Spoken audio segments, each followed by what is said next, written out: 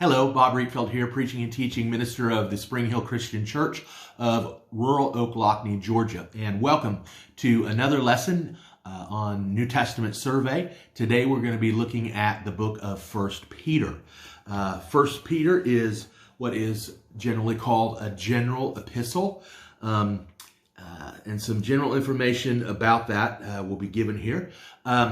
The meaning, Peter's name was given to him by Jesus in John chapter 1, verse 42. And in the Greek, the word Peter means small stone or pebble. Simon was his Hebrew name, and Cephas is the Aramaic equivalent of Peter. The book of Peter is named after its author, which Peter is.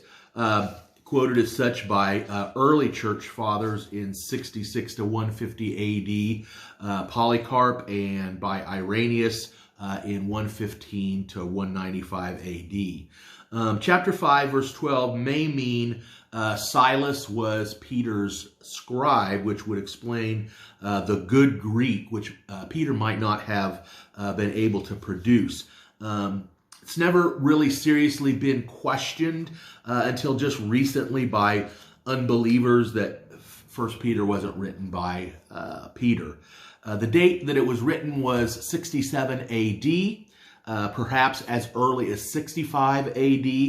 It was written in the days immediately following the persecution of Christians by Nero. Some believe it was written around 58 to 64 AD because both internal and external evidence indicate it was one of the earliest books of the New Testament written. It definitely was written before the destruction of Jerusalem in AD 70.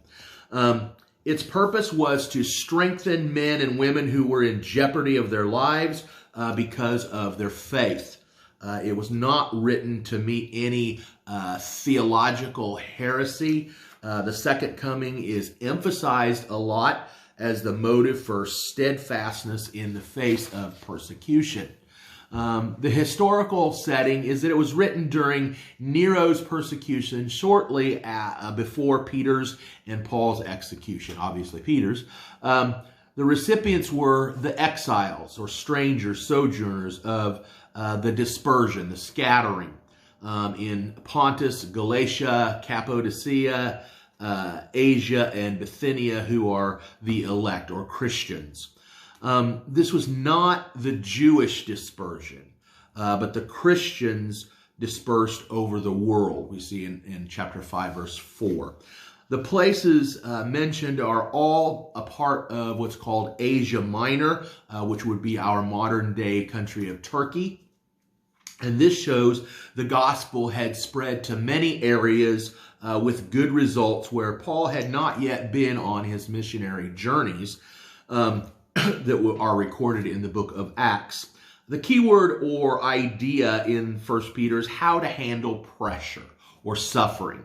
And the key verse is 1 Peter 2:21, where you have been called for a purpose and follow in Christ's footsteps.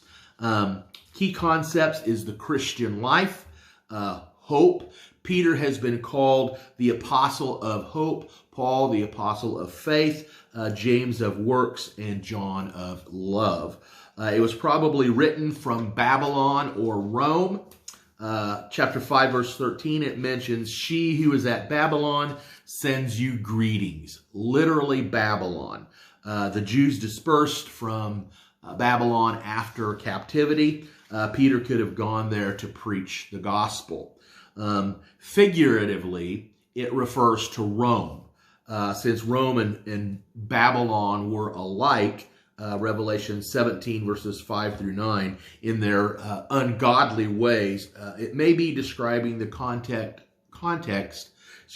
conduct of Rome by giving it the name Babylon. And much early church history says that Peter died in Rome.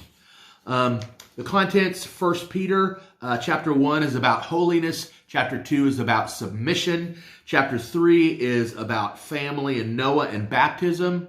Chapter 4 is suffering. And chapter 5 is about elders and spiritual victory. Some key passages chapter 2, verses 1 through 8, that we as Christians are living stones. And then verses 13 through 16 talks about Christians and civil government. Chapter 3, verses 1 through 12 talks about Christian family responsibilities. And chapter 3, verse 15, be prepared to give a reason for the faith that is within you. Chapter 3:21, baptism saves. Chapter 5, verses 1 through 5, elders' work and the shepherd the flock.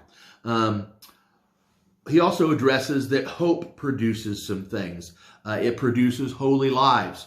Chapter 1, verses 1 through 26. It produces living churches. Chapter 2, verses 1 through 12.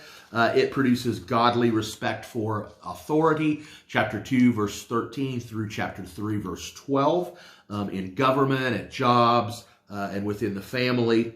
It produces a concern for the lost. Chapter 3, verses 13 through 22.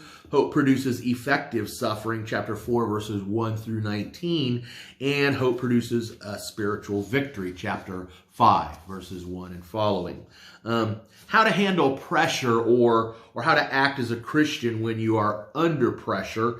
The key verse is chapter 2, verse 21. With hope, we find chapter 1, verses 3 through 12, gratitude. With holiness, chapter 1, verses 10 through 26, living separated lives. With the church, chapters 2, verses 1 through 12, sticking with Christ's body. The church with submission. Chapter 2, verses 13 through 25, how to handle pressures. How to handle pressure when you are under pressure.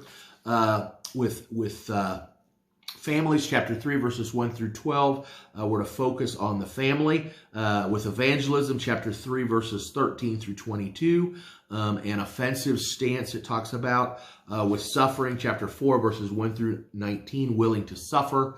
Chapter 5, verses 1 through 10, with victory and being confident of the future. A short biography of Peter. He was brought to Jesus by Andrew, his brother, who was a disciple of John the Baptist. And we find that in John chapter 1, verses 35 through 42. He was renamed by Jesus in chapter 1, verse 42 of John. Simon was his name. Jesus called him Peter. The Greek word for Peter means rock or a small stone, not a boulder. The Aramaic equivalent is Cephas.